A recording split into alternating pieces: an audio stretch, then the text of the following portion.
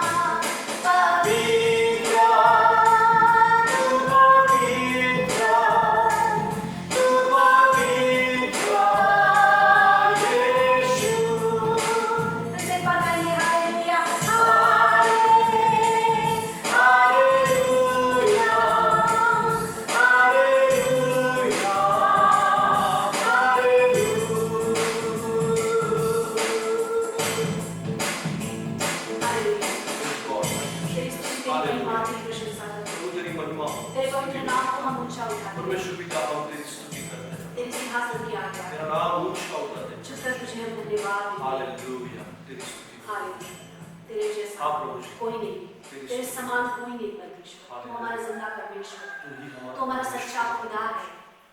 Hallelujah, तेरे यीशु और से तेरा कोई धन्यवाद सामर्थ हो, यीशु तेरा धन्यवाद हो, यीशु तेरी स्तुति हो, तेरी प्रशंसा हो।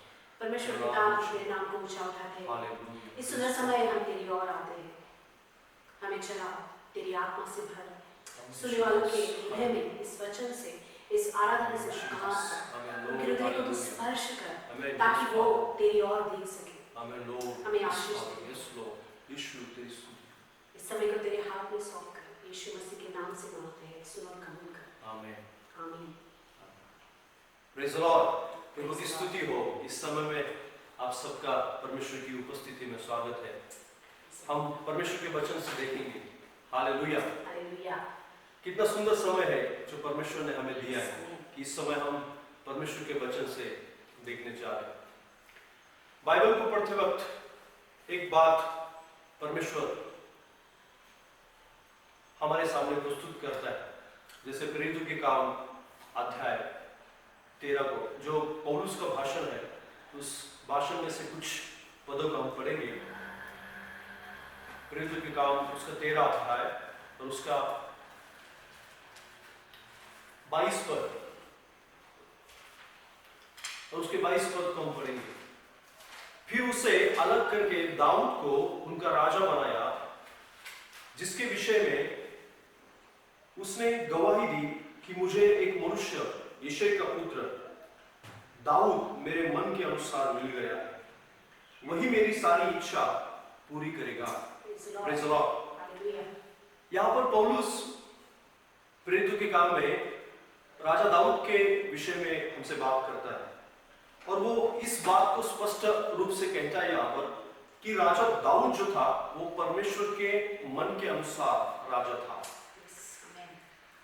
वो एक ऐसा राजा था जो परमेश्वर के मन में बसता था। ऐसा क्या था दाऊद के जीवन में जो परमेश्वर पौलुस के द्वारा कितने सालों के बाद ऐसा कहता है कि राजा दाऊद जो है वो मेरे मन के अनुसार एक राजा है। बहुत सी बातें दाऊद के जीवन में हम देखते हैं, बहुत से लड़ाई और वो 40 साल इजराइल का राजा रहा, उसके द्वारा सुलेमान आया और उसके द्वारा बहुत सी बातें बीती हुई हमें बाइबल में दिखाई देती है।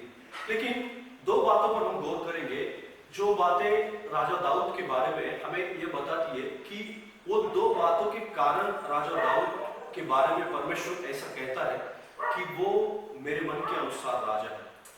पहली बात है, राजा दाऊद एक सच्चा पश्चाताप करने वाला आदमी था। पश्चाताप के बारे में बहुत सी बातों में हमने सुना होगा कि पश्चाताप ऐसे किया जाता है, पश्चाताप वैसे किया जाता है, या अब पश्चाताप के बहुत से पहलुओं को भी हमने देखा होगा। लेकिन राजा दाऊद का पश्चाताप कैसा था? हम जो पढ़ते हैं दूसरे शमूएल की किताब उसके 12 अध्याय और 13 पद में, दूसरे शमूएल की किताब उसके 12 अध्याय 13 पद में हम जो पढ़ते हैं,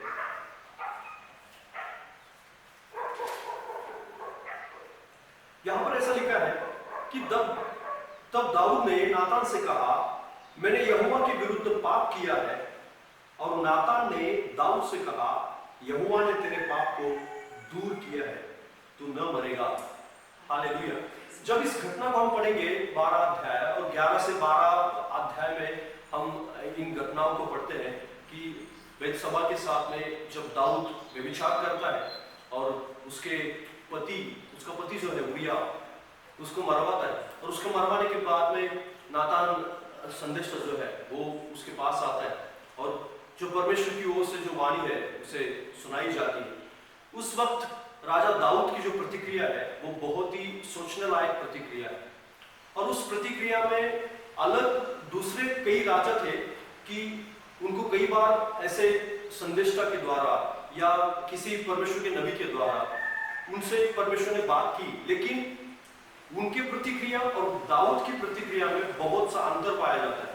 और दाऊद की प्रतिक्रिया जो है, राजा दाऊद ऐसा कहता है कि हाँ, मैंने परमेश्वर के विरुद्ध में पाप किया है।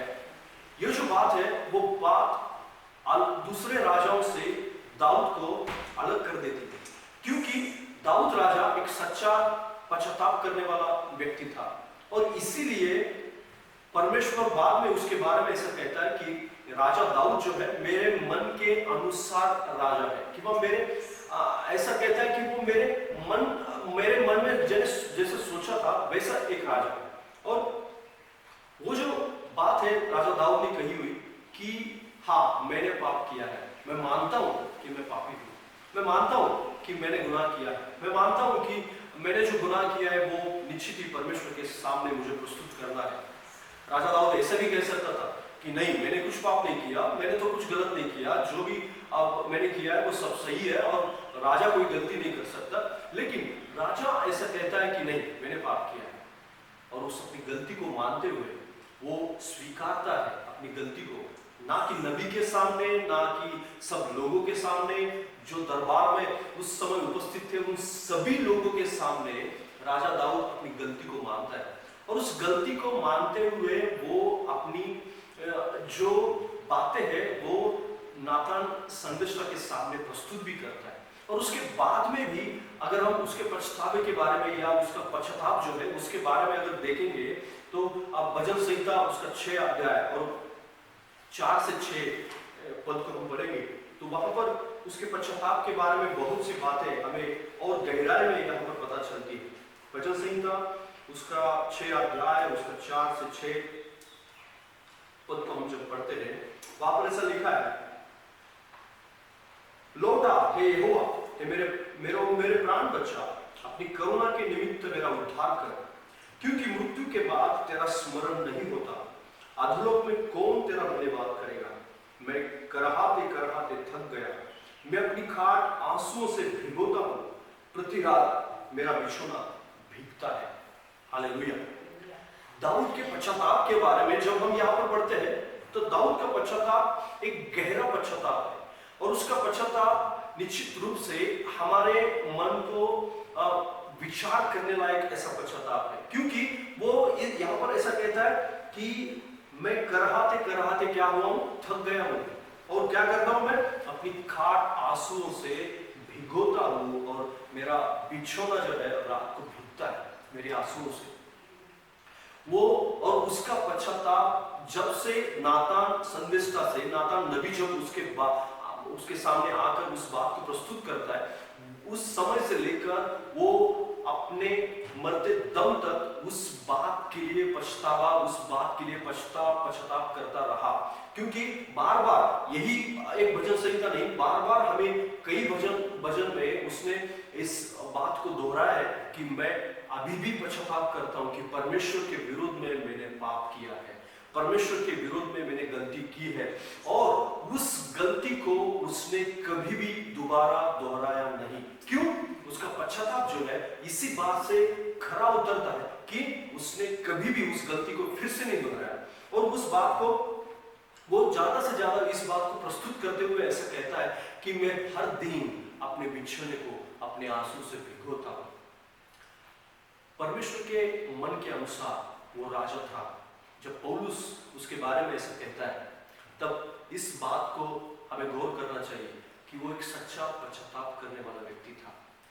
दो बातें उसके जीवन में बहुत महत्वपूर्ण थी और पहली बात है कि उसका पश्चाताप जब उसके पश्चाताप को हम देखते हैं तब हमें बहुत अच्छे रीति से यहाँ पर पता चलता है कि वो अपनी गलतियों को मानने वाला था और उसी के साथ उसका जो पश्चाताप था उसकी गलतियां बार बार उसने दोहराई नहीं, क्योंकि उसको पता था कि इसकी जो सजा है या उसके जो परिणाम है उस परिणाम को मुझे सहने लायक नहीं है। और उसे पता था कि अबशालोम से भागना और अबशालोम के बाद भागने से लेकर और जंगल में घूमना और इस सब बातों को उसको पता था और इसीलिए वो बातों को याद रखते हुए बार बार वो दोहराता था कि मुझे परमेश्वर के सामने अपने हृदय को बिल्कुल क्लीन रखना है, अपने हृदय को परमेश्वर के सामने बिल्कुल अपने हृदय को ऐसे लेकर आना है जैसे मैं किसी भी तरह का पाप मेरे अंदर नहीं रहना चाहिए, क्योंकि उसने अपनी गलती को दोहराया नहीं। ये बात का भी हमें पता चलता है। जैसे पहले राजा की किताब उसके पहले अध्याय 1 से लेकर 4 तक हम पढ़ते हैं। जब पहले राजा की किताब उसके 1 से लेकर 4 तक जब हम पढ़ते हैं तब हमें पता चलेगा कि उसने अपनी गलती को दोहराया नहीं। और यहाँ पर ऐसे लिखा है,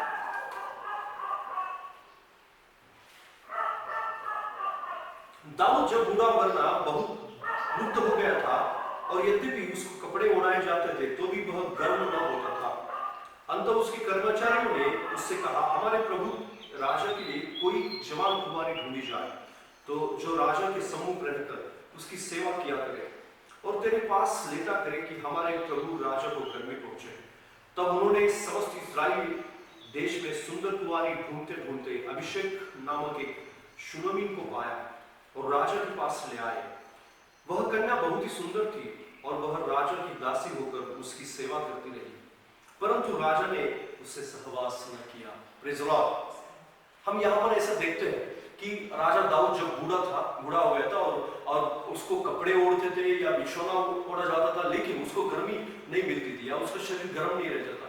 इसलिए उसके सेवकों ने उसके लिए एक कुमारी को ढूंढा और उस कुमारी को उसकी सेवा के लिए वहां पर तैनात किया। लेकिन हम देखते हैं कि राजा दाऊद को बेतशेबा के साथ किए हुए व्यभिचार को या उसने किए हुए पाप को अच्छी रीति से वो याद रखता था। उसे पता था कि ये परमेश्वर के विरोध में पातक है, और उसने यहाँ पर स्पष्ट रूप से लिखा है कि राजा दाऊद ने वहां पर उसके साथ सहवास नहीं किया, क्योंकि वो अपने हृदय को धो चुका था, अपने जीवन को साफ कर चुका था।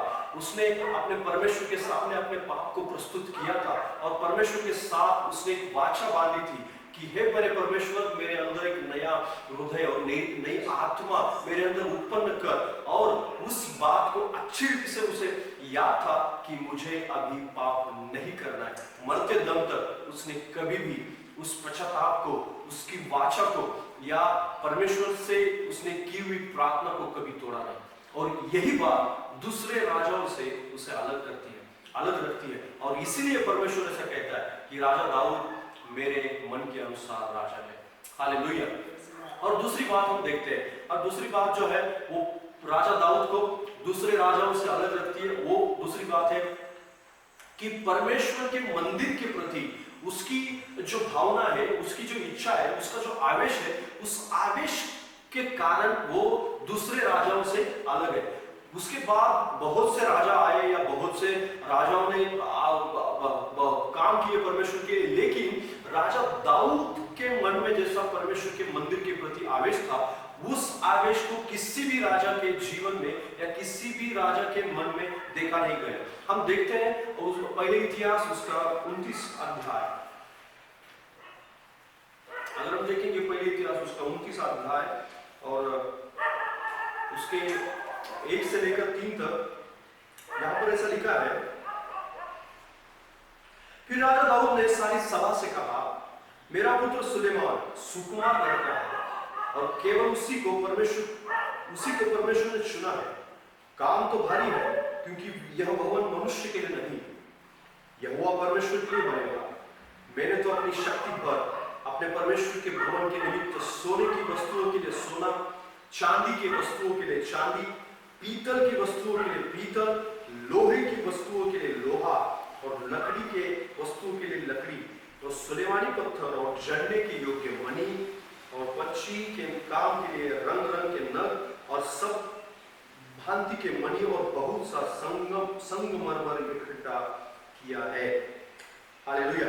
और यहाँ पर ऐसा तीसरा वचन ऐसा लिखता है, फिर मेरा मन अपने परमेश्वर के भवन में लगा है और इस कारण जो कुछ मैंने पवित्र भवन के लिए इकट्ठा किया है, उस सब से अधिक मैं अपना निज धन भी सोना चांदी के रूप में मेरे पास है, अपने परमेश्वर के भवन के लिए दे देता हूँ। हालेलुया।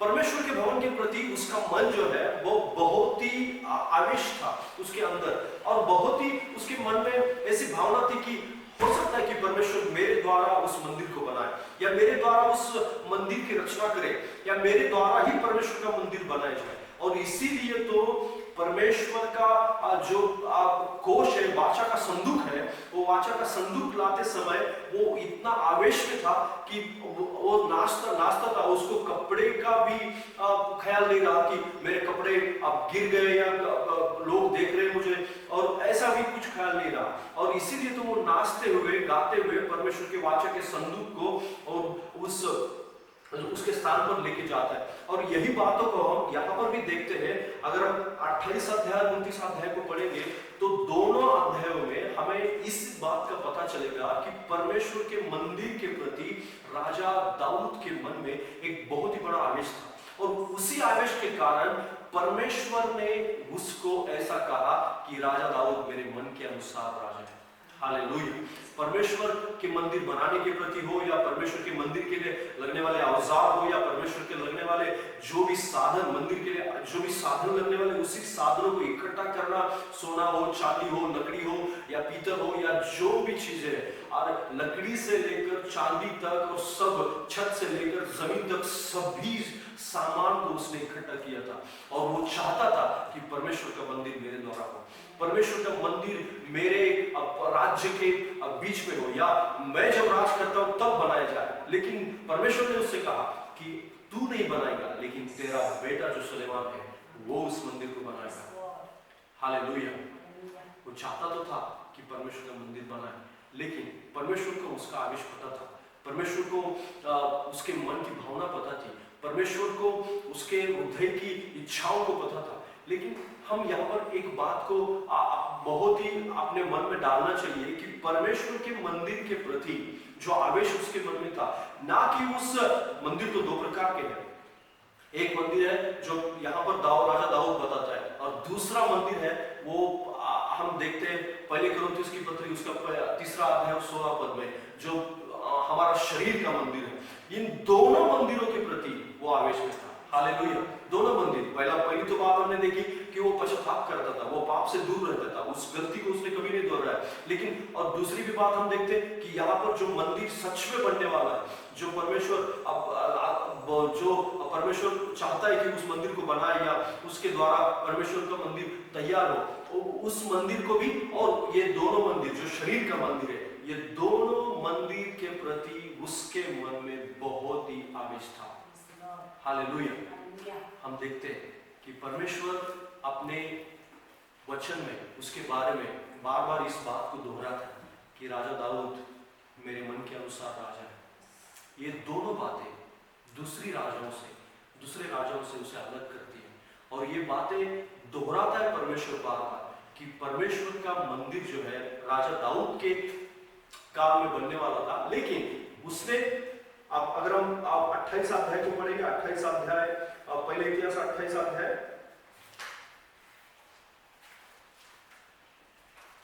उसके 3 पद, परमेश्वर ने उससे नहीं बनवाया। क्यों नहीं बनवाया? एक ही कारण था। तो यहाँ पर लिखा है, परंतु परमेश्वर ने मुझसे कहा, 3 पद 28 अध्याय 3 पद, परंतु परमेश्वर ने मुझसे कहा, तू मेरे नाम का भवन बनाने न पाएगा, क्योंकि तू युद्ध करने वाला है और तूने लहू बहाया है। हालेलुया। यही बात थी कि जो परमेश्वर उससे मंदिर नहीं बनवाना चाहता था, लेकिन परमेश्वर ने उससे वाचा बांधी कि नहीं, तू अगर नहीं बना रहा है, लेकिन तेरा पुत्र जो सुलेमान है उसके द्वारा मैं मंदिर बनाऊंगा। हालेलुया। क्योंकि तेरा आवेश मुझे पता है, तेरी मन की इच्छा मुझे पता है, तेरे मन में जो भावना है वो मुझे पता है, तेरे मेरे भवन में आने के लिए तेरे मन में जो प्रेम है वो प्रेम मुझे पता है। और इसी बात को राजा दाऊद दूसरे राजाओं से अलग होता है, और इसी बात के कारण परमेश्वर उसके बारे में ऐसा कहता है कि राजा दाऊद मेरे मन के अनुसार एक राजा है। आइए हम अपने हृदय को इस समय जांचेंगे और अपने मन में सोचेंगे कि क्या हम उस दोनों मंदिरों के लिए अपने मन में आवेश है। क्योंकि अगर एक विश्वासी को परमेश्वर ऐसा कहता है कि तू मेरे मन के अनुसार एक विश्वासी है, या तू मेरे मन के अनुसार अब जैसा मैं चाहता हूं कि एक विश्वासी बने, जैसा मैं चाहता हूं कि मुझ पर विश्वास करने वाला व्यक्ति बने, वैसे तू विश्वासी है, इसके लिए हमें 2 बातों में अपने जीवन में डालना, या 2 बातों का ख्याल अपने जीवन में रखना है। पहला मंदिर जो अपना जीवन का, अपना शरीर का मंदिर है, उस मंदिर को हमें पूरे पश्चाताप के साथ, पाप से दूर रहकर और पूरी स्वच्छता के साथ अपने जीवन को संभालना है। और दूसरा जो मंदिर है, जो परमेश्वर ने जिस जगह पर हम आराधना के लिए जाते हैं, या जिस जगह हम इकट्ठा होकर परमेश्वर की फेलोशिप करते हैं, या परमेश्वर के साथ हम संगति निभाते हैं, अन्य विश्वासियों के साथ संगति निभाते हैं, अन्य विश्वासियों के साथ हम परमेश्वर की महिमा करते हैं या उसकी स्तुति करते हैं, और ऐसे ही जगह, उस जगह के प्रति क्या मैं आवेश में हूँ, क्या मैं उस जगह के प्रति प्रीति रखता हूँ, या क्या मैं उस जगह के प्रति अपने मन में, अपने हृदय में उस बात का ख्याल रखता हूँ कि उस जगह पर जाकर मैं परमेश्वर की आराधना करूंगा, उसकी महिमा करूंगा, और उसके प्रति मेरे मन में सदा एक आदर रहेगा, और उस संगति के प्रति मेरे मन में आदर रहेगा। क्योंकि राजा दाऊद के मन में वो आदर था, राजा दाऊद के मन में वो प्रेम था। राजा दाऊद को ये पता था कि जहां पर परमेश्वर की आराधना की जाएगी वो भवन बहुत ही अच्छा रहेगा, बहुत ही सुंदर रहेगा। और उसने ख्याल रखा इस बात का कि मेरे पास जो भी है उस परमेश्वर के प्रति या परमेश्वर के मंदिर के लिए मैं समर्पित करूंगा। आज हमारे जीवन में इस बात का हमें ख्याल रखना है कि मेरे घर से ज्यादा परमेश्वर का मंदिर महत्वपूर्ण है, मेरे घर से ज्यादा परमेश्वर की आराधना जहां पर होती है उस परमेश्वर का भवन ज्यादा महत्वपूर्ण है, परमेश्वर की महिमा और परमेश्वर की मंडली जहां पर इकट्ठा की जाती है उस भवन को निर्माण करना या उस भवन को चलाना या उस भवन की मरम्मत करना या उस भवन के बारे में सोचना, ये ज्यादा महत्वपूर्ण है। अगर हम इस बातों के ऊपर गौर करेंगे तो निश्चित रूप से हम ऐसे विश्वासी रहेंगे जो परमेश्वर के मन को भाते हैं, या परमेश्वर चाहता है कि ऐसे विश्वासी हम बने। आइए हम अपने मन को जांचेंगे और सोचेंगे अपने मन में, क्या हम उन दोनों मंदिरों के प्रति प्रेम रखते हैं या दोनों मंदिरों के प्रति हमारे मन को हम जांचते हैं कि मेरा शरीर का मंदिर और जहां पर मैं परमेश्वर की आराधना करता हूं उस मंदिर के प्रति मैं प्रेम रखता हूं या आवेश में हूं या उसका ख्याल में रखता हूं। अगर ऐसा नहीं है तो निश्चित रूप से राजा दाऊद के अनुसार हमें सोचना पड़ेगा, क्योंकि बाकी विश्वासियों से या बाकी राजाओं से एक ही दो ही बातें राजा दाऊद को अलग करती है, और इन दोनों बातों के कारण परमेश्वर ने उसके लिए कहा ऐसा कि राजा दाऊद मेरे मन के अनुसार एक राजा है। और हमें भी दूसरे विश्वासियों से ये दो बातें अलग रखेगी कि हम अपने शरीर के प्रति और जहां पर परमेश्वर की आराधना होती है उस मंदिर के प्रति क्या आवेश में है, क्या हम प्रीति रखते हैं। अगर ये दो बातें आपके जीवन में तो निश्चित रूप से परमेश्वर आपके जीवन में बहुत अद्भुत रीति से काम करेगा। इस वचन के द्वारा प्रभु आप सबको आशीष दे। आइए हम प्रार्थना करेंगे। परमेश्वर पिता, हम धन्यवाद देते हैं, हम तेरी स्तुति करते हैं, तेरी महिमा और तेरी प्रशंसा करते हैं प्रभु जी, क्योंकि निश्चित रूप से पिता तू राजा दाऊद के जीवन में प्रभु जी इन बातों को चाहता था, और इसीलिए तो परमेश्वर पिता कि राजा दाऊद ने एक सच्चा पश्चाताप किया, और केवल सच्चा पश्चाताप वो नहीं करता है और अपने मन को प्रभु जी सभी पापों से वो दूर भी रखता है और मरते दम तक उस वाचा को कभी नहीं भूलता। और उसी के साथ प्रभु जी वो तेरे भवन के प्रति, तेरे मंदिर के प्रति प्रभु जी उसके मन में आवेश था, प्रीति थी, और इसलिए भी था उसके जीवन में प्रभु जी तू कार्य करता रहा। और प्रभु जी सालों बाद भी तू ऐसा कहता है कि राजा दाऊद मेरे मन के अनुसार एक राजा है। और हर एक विश्वासी जो तुझ पर विश्वास करता है परमेश्वर, जो यीशु मसीह को अपना उद्धारकर्ता जानता है, और ऐसा हर एक विश्वासी तू चाहता है कि वो तेरे मन के अनुसार एक विश्वासी बने। इसलिए अपने दोनों मंदिरों के प्रति वो प्रभु जी प्रीति रखे या आवेश में रहे, और ऐसा सोचे कि ये दोनों मंदिर हमारे क्लीन रहने चाहिए, और इन दोनों मंदिरों के प्रति मुझे जांचना है और देखना है कि क्या परमेश्वर इसमें कुछ गंदगी देखता है, क्या मेरे मंदिर में कुछ गंदगी है, या मेरे शरीर में हो या मेरे मंदिर में हो, कौन सी भी जगह पर हो, उस सारी बातों को यीशु मसीह के नाम से मैं निकाल देता हूँ। जो भी विश्वासी इस वचनों को सुन रहा है, इन वचनों को प्रभु जी अपने मन में डाल रहा है, इन वचनों को प्रभु जी अपने हृदय में वो ले रहा है पिता, उसके जीवन में प्रभु तू कार्य कर, उसके मन को अभी इस समय प्रभु तू छू ले, और उसके जीवन को प्रभु जी तू बदल दे। और दोनों मंदिरों के प्रति प्रभु जी यीशु के नाम से प्रभु जी आवेश से भर जाए, और तेरे सामर्थ से भर जाए, और तेरी महिमा से उसे भर दे पिता, उसका शरीर, उसका आत्मा प्रभु जी, और जहां पर वो आराधना के लिए इकट्ठा होते उस जगह को प्रभु जी तेरे सामर्थ से भर दे, ताकि प्रभु जी वो दोनों पवित्र रहे, उसका आराधना भवन और उसका शरीर का मंदिर ये दोनों पवित्र रहे। आवेश से भर दे, तेरी महिमा से भर दे, तेरे गौरव से भर दे प्रभु जी। हमारी प्रार्थनाओं को तो सुना, धन्यवाद देता हूँ, स्तुति करता हूँ प्रभु जी, तेरी महिमा और तेरी प्रशंसा करता हूँ प्रभु जी। धन्यवाद के साथ ये सभी प्रार्थना प्रभु यीशु मसीह के हमारे सामर्थ्य नाम से। प्रभु आप सबको आशीष दे इस वचन के द्वारा।